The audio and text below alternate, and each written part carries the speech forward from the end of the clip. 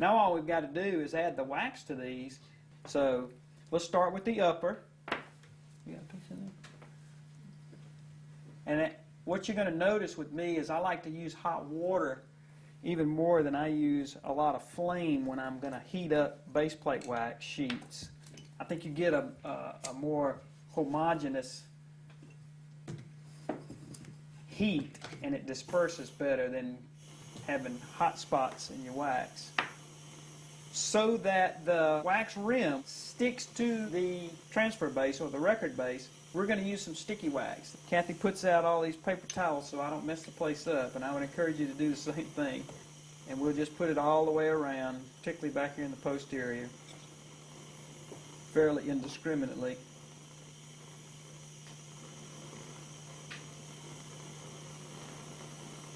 Sticky wax got a lot of resin in it, so it causes it to stick pretty tenaciously. While I got my sticky wax out, I'm going to go ahead and put a little bit right there on where I'm going to put my speaking wax. Okay. Now all I need to do is get my base plate wax. And while it's good and warm, I want to fold it over about the thickness of my index finger. Then I'll fold it over again, and we're going to do this just like we would the old wax pencils.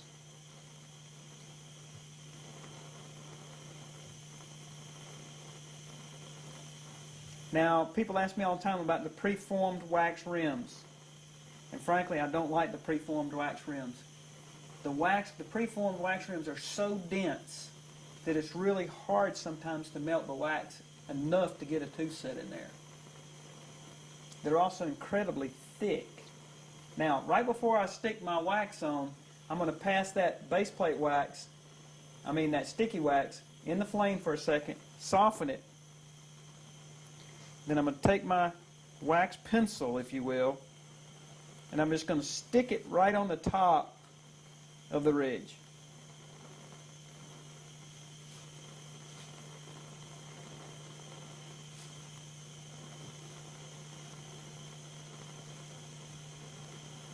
I'm then going to take a little lab knife and I'm going to cut the pieces off the back that are hanging off the back of the model.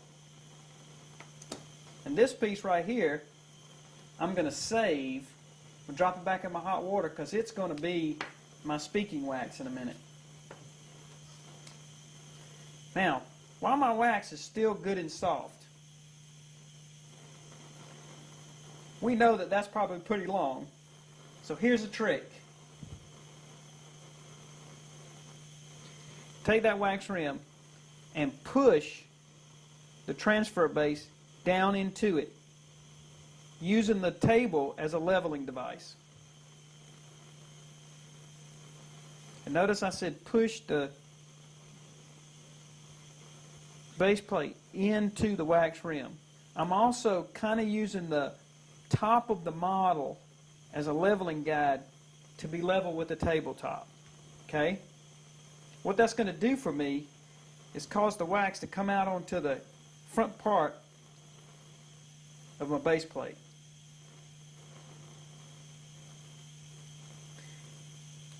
Having the wax in the hot water has allowed me to really sculpt it and move it around. Now, to lute that down so it's not going to skate around on the transfer base, I'm going to heat up a Cottrell spatula really good and hot.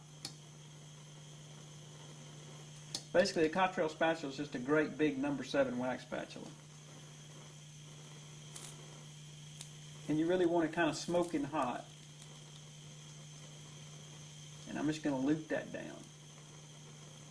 on the palatal side.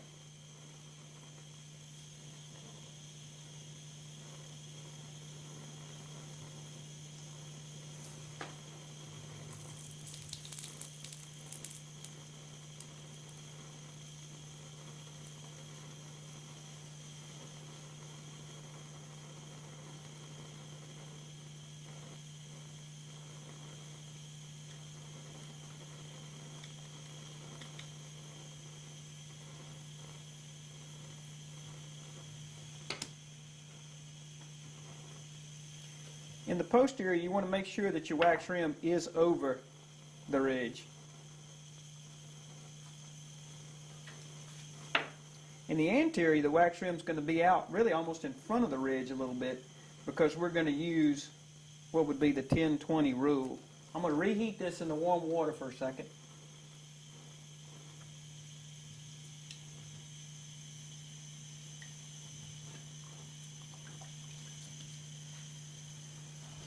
I'm going to come back to the tabletop and push it down just a little bit more. As you can see, I've got a clear-cut idea of where I'm going with this. And there's some excess wax out here on the front. Now you got two choices.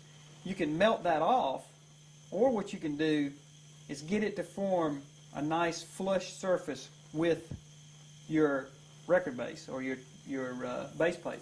So that's what I'm going to do. I'm going to use this putty scraper.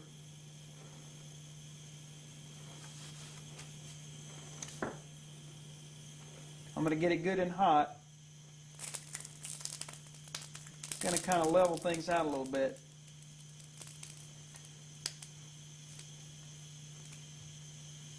Then I'm going to loop down on the anterior out here.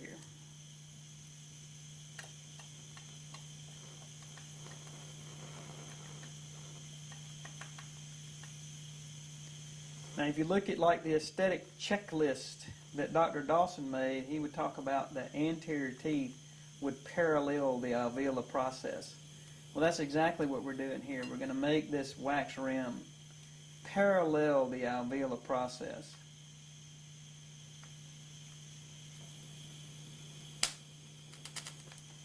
That aesthetic checklist for me was a really wonderful learning tool as we were going through the process of how to be better dentists and better lab technicians. And I still use it to this day, especially trimming provisionals.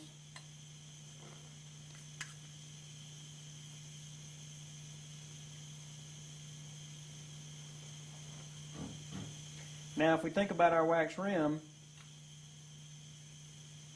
our goal would be to have the wax rim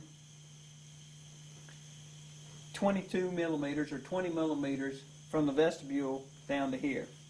So if I look at with my True Bite ruler real quick, we're right at about 26 or 27. So as we start to shorten that wax rim, why don't we go ahead and make a mark on the rim right at about 21 or 22. So when we use our rim former, we'll know where to stop. Do I have a rim former? Oh, imagine that. Okay, I'm going to put another piece of paper towel because this stuff really goes everywhere. The rim former will help us to form the rim. It's got a little lip on the back of it that goes into the hamular notches. Then it's got this little trough back here that lets the molten wax pour out of the back of it. So don't do this over your lap. I would do this over the paper towels. And what we'll do is we'll put that rim former into the hamular notches of the cast, because most hamular notches in a patient are going to be parallel with the horizon. And then as it pours out the back, I'm watching the front here, and I'm looking for my 22 millimeter or my 20 millimeter line that I carved in. And you see, all I did was just roll it up, and the excess wax poured out of the back onto that paper towel. Now if we measure, we ought to be pretty close.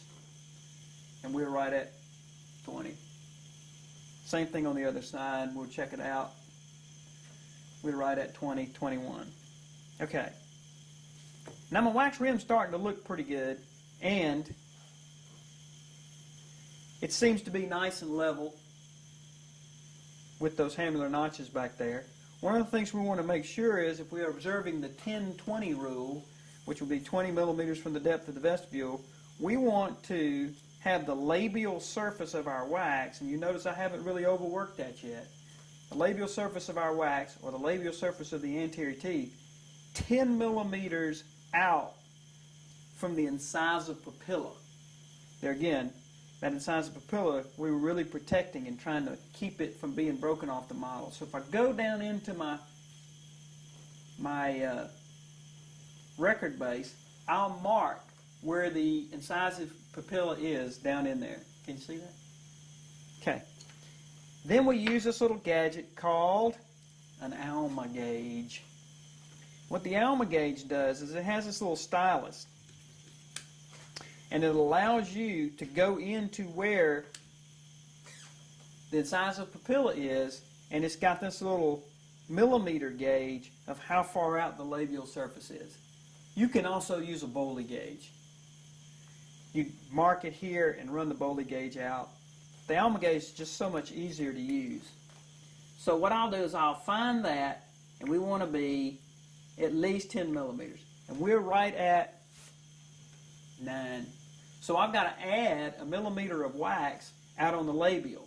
That's one of the reasons I didn't really overwork that labial surface, because I'm going to show you an easy way to add to the labial surface without screwing up your wax rim.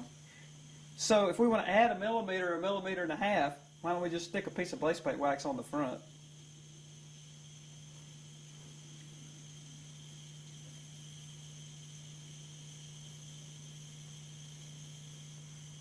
It's also going to give me a little bit of excess wax to fill in that void that I had right there on the front.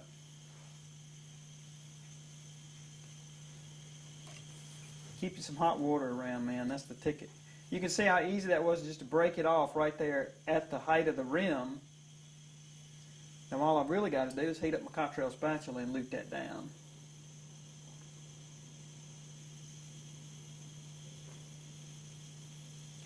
Now, one of the things that you'll notice when you start doing this denture technique is if you send every single step to the laboratory that you work with, you're going to have a fairly substantial laboratory bill to go along with it. This is one of the steps I would encourage you and your staff to learn how to do. If you can make your own base plates and occlusion rims, then you can cut that out of your laboratory bill altogether. And frankly, the lab would rather not have to fool with it. I would like for you to get to the point where the lab only really sees your cases 2 times. Once to set the teeth and make the diagnostic denture or the approved provisional denture, and once to do the final process. Now, early in doing this, early in this process, you're not going to be able to do it. You're going to need the lab's help. You're not going to be able to use a lab in the basement of your cousin Walter's house. You're going to need somebody that knows the concepts that we're talking about.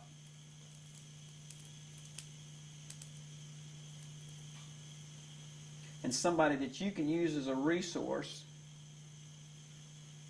when you've got your tail in a crack and you're trying to figure out what's the next step. You need to be able to call somebody that can guide you through it. I don't think you should be embarrassed to do that. There's many times when I call the pharmacist and ask them about drug interactions, or what is the ideal dose for this weight kid or that person or this person, and I see the laboratory technicians in the same light as a resource for me and my patients. Now that I've got that luted down, it looks kind of raggedy, so I'm going to go back with my putty spatula.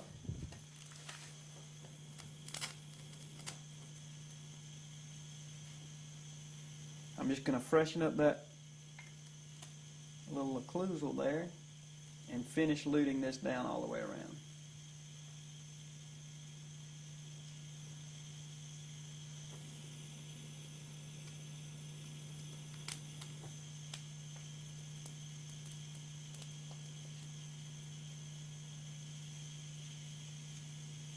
You can see how in the posterior I've really got it brought in like this so that we can start to create that buccal corridor. Even in the wax rim, we want to create that buccal corridor and give us a really nice field up front to set teeth.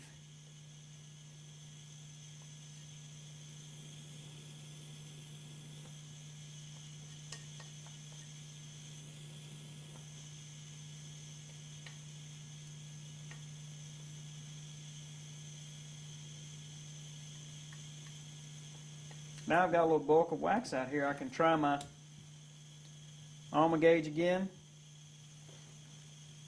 And I'm just a little tiny bit past the 10 millimeter line.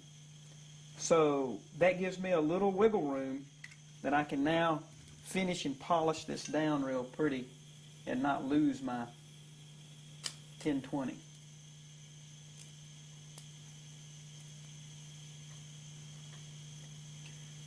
Now you may think it's a waste of time to do all the finishing and polishing and all of that, but there again, this is the added value that you're putting in these procedures.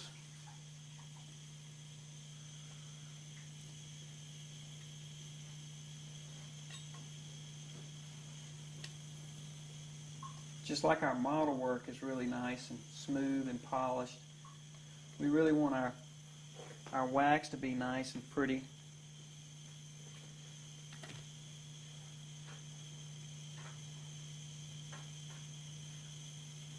What's interesting about base plate wax to me is it will hold its heat a long time.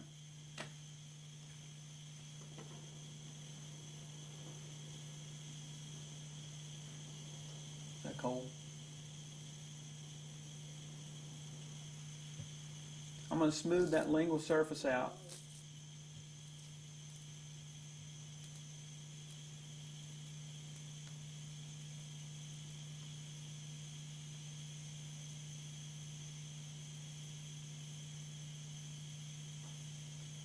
Now, one of the things I want you to also do and get in the habit of doing is out here in the anterior, the wax rim should be thinner in the anterior than it is in the posterior. Anterior teeth are thinner than posterior teeth, and when you're trying to get a patient to speak and you've got a big thick wax rim, sometimes they'll try to speak with the lingual side, not the front. So you want to get it down thin, almost to the thickness of an anterior tooth. So what I'm going to do is just take a knife. I want to leave that labial surface where it is because it's 10 millimeters out there. And I just want to trim away the lingual surface. Just using a little barred Parker.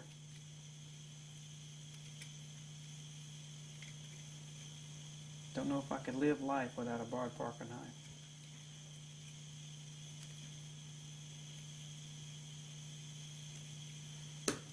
And you see that didn't take but just a few seconds.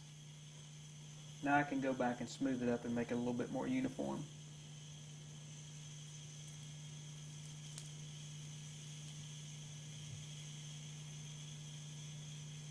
I got just a little divot in my wax right there. You see that?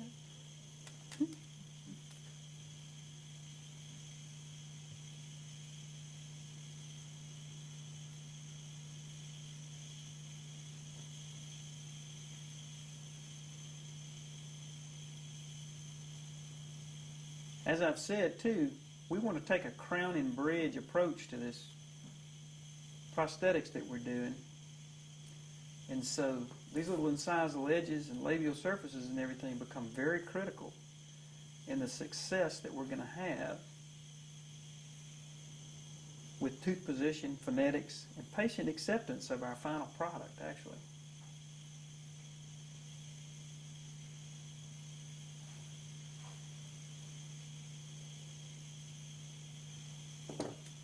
We'll check with the alma gauge one more time. Boom, we're right on the 10. We're going to check our 20. And put it back on the model to do that.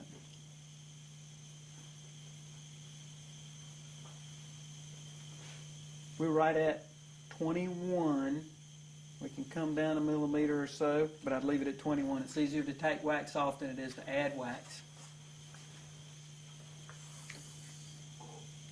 One of the last things I'm going to do is I'm going to flame this. We used to use an old Hanau torch, and I still like a Hanau torch, by the way. You flame that wax, it's going to make it really pretty and smooth.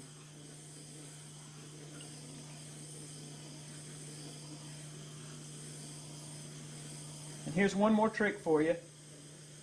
If you'll take that flamed wax and put it in cold water,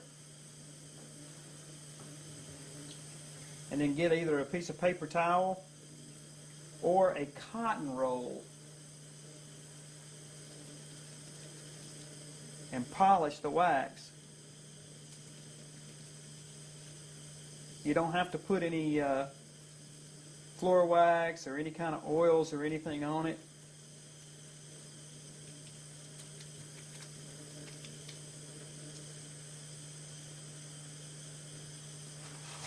What you end up with is a very shiny, very pretty wax rim that doesn't have any kind of foreign substance on the outside of it. The measurements are good. It's going to give us a starting point for setting teeth. It'll give us a way to use a face bow to mount this model on an articulator. It'll also allow us to get a jaw relation record. And actually, if you look at it, this wasn't that difficult to do. It was fairly simple. On our lower now, all we want to do is add our little piece of speaking wax.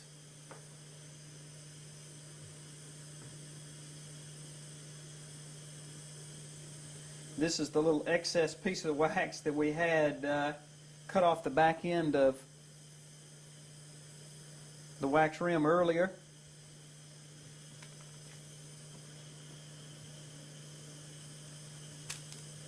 We'll leaf that down.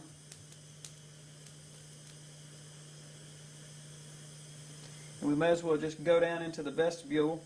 Don't mind it, that's hot. And we'll mark a mark, just like we did with the 20, we'll mark 18 millimeters.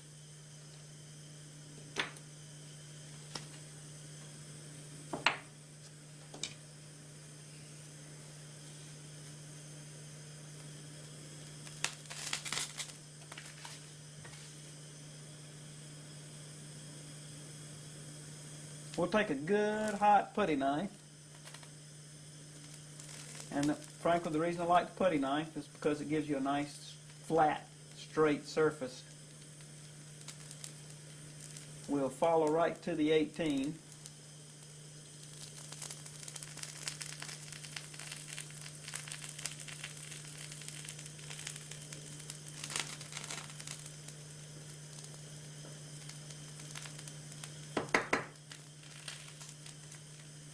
I can keep that hot, keep it warm. Look how nice that is to just mold it with my fingers. We kind of want to parallel the alveolar process.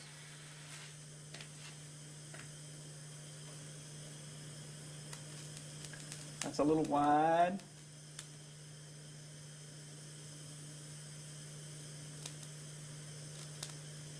You want your speaking wax. I don't think they make the old white tooth-colored speaking wax anymore, and I don't think you can get your hands on it anymore. So we just started using baseplate wax. I think you'll see in the video it's a little bit harder to see the baseplate wax. If it was a nice white color, you might be able to see a little bit easier, but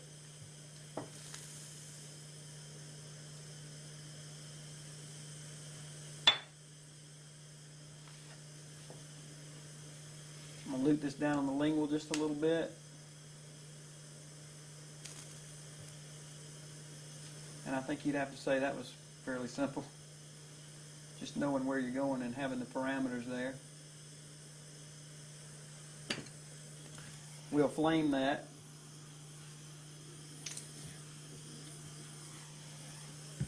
We'll dip it in some cool water.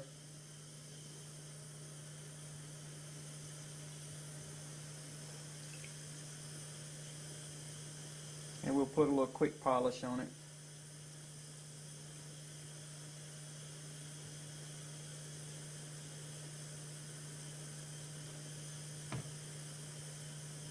Now there's one last thing that we're going to do with this lower. If we were ready to take a jaw relation after we worked our speaking wax and set some teeth, if we could just had some bite blocks to put on back here. Now you can do that in wax if you want to and pull it off while you're working your speaking wax and your vertical dimension of speech and everything. But we've got this excess triad, and so I would say it'd be really nice just to make some little triad bite blocks that are removable, that come on and off your little transfer base. So we'll slip that off the model. What I'm going to do is make 2 or 3 notches in the top of the triad. And I'm going to use a thinner burr, one of these little E-cutter burrs. Yikes.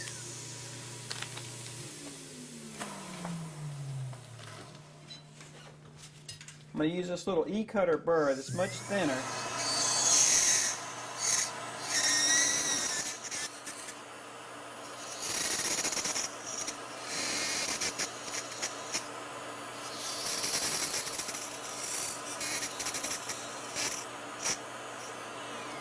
We don't want any undercuts in this.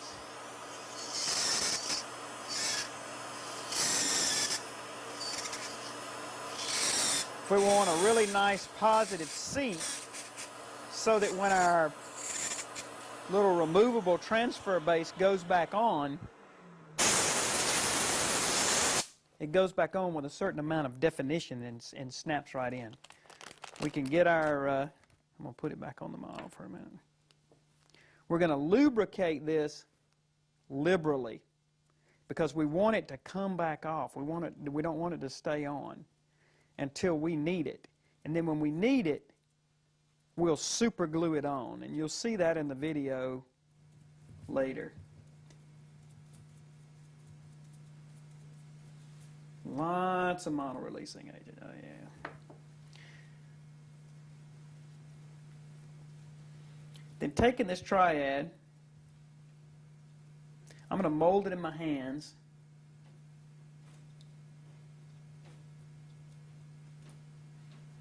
I'm going to kind of figure what size I need, and I'm going to break it off. And the shape you want of this is not a block. You really want it almost like a pup tent, a long kind of pup tent. So when you make your record, whether you do it in wax or putty, or if you're putting a cobalt balancer or a central bearing point on it, you want it to sit on that sharp top of the pup tent. I'm actually going to also, on the side that I put down onto the transfer base or the record base, I'm going to lubricate that.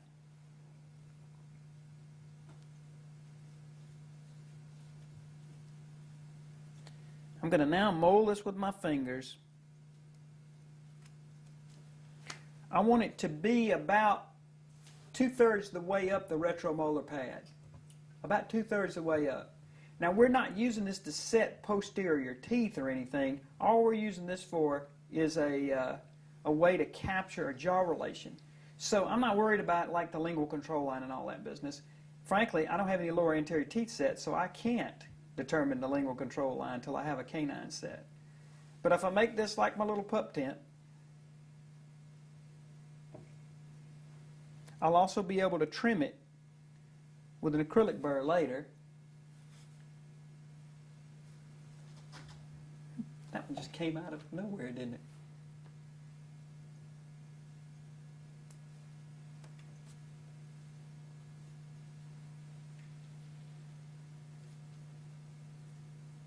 There's my 2 little pup tents.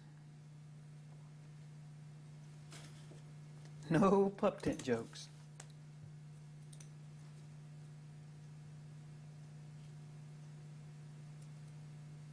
There again, the nice thing about Triad, it doesn't set until you put it in that machine, put it under the light.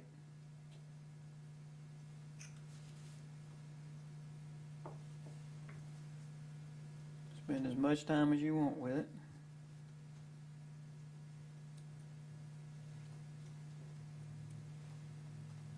When we were preparing for this, I was meeting with Terry Foley and Brantley Kitchens, the technicians that I work with at Newcraft, and I was telling them about this, and they really liked this little idea.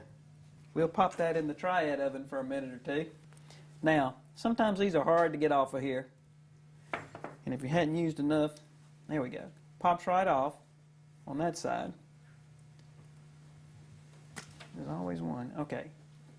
Now, the other thing that we do is, because these little things look exactly alike, and you might be fighting with them in the operatory, is we take a permanent marker and we write on here left and right. So that after we've got, that's the left if you want to put that one on there, and that's the right. If you've gotten your upper anterior teeth set, and you've got your speaking wax all contoured, and you're ready to take a face bow and a bite record, all you've got to do is pop these down on there, super glue them down, and you're ready to take a centric bite record just with those little, you can notch them if you want to, but since they're a little pup tint, you don't have to really notch them, because they're going to notch whatever you're taking your record in, whether it's Delar wax or whether it's putty, or you could take a central bearing point and sit it on top of the pup tints and go across and work a central bearing point. I'm not so sure I'd do the central bearing point at this point unless I had a patient who either had a neurological problem and couldn't move their jaw well, or somebody I just could not load test, or if I just could not get into a centric relation position. Our next step will be to teach you how to utilize the record base and occlusion rims to determine anterior tooth position, vertical dimension of speech, and vertical dimension of occlusion. Any questions? Nope. I would encourage you to learn to do these things. Not to keep your lab bill down, because frankly, if your lab bill is way up, you're doing a lot of dentistry and you should be very proud of yourself. The higher your lab bill is, the more dentistry you're doing, and the more successful you and your staff and your patients are. So that's a great barometer of how well you're doing. But I would encourage you to do this to learn the process, to be part of the process. And it's just something that you don't need to delegate out. Teach your dental assistant to do it. Teach your lab assistant to do it. It gives them a much better sense of pride in what they're doing and the process of making that denture. You know, I see Mr. Bothy on the altar at church on Sundays, and he reads, and when he does, I listen for the S position, and I listen for if you can fill the unforgiving minutes. And it just tickles me to death that I gave him back his ability to speak in public. He was doing fine with his old denture. I don't understand how. But he did tell me that it was becoming more and more difficult to eat, and there were certain foods he just could not eat. And so I think both my staff and I take a tremendous amount of pride that we were able to give him back something that is a real pleasure in his life. So my message is, learn how to do it. Jump in. Get some wax on your pants. Because you know the wax doesn't come out of your pants.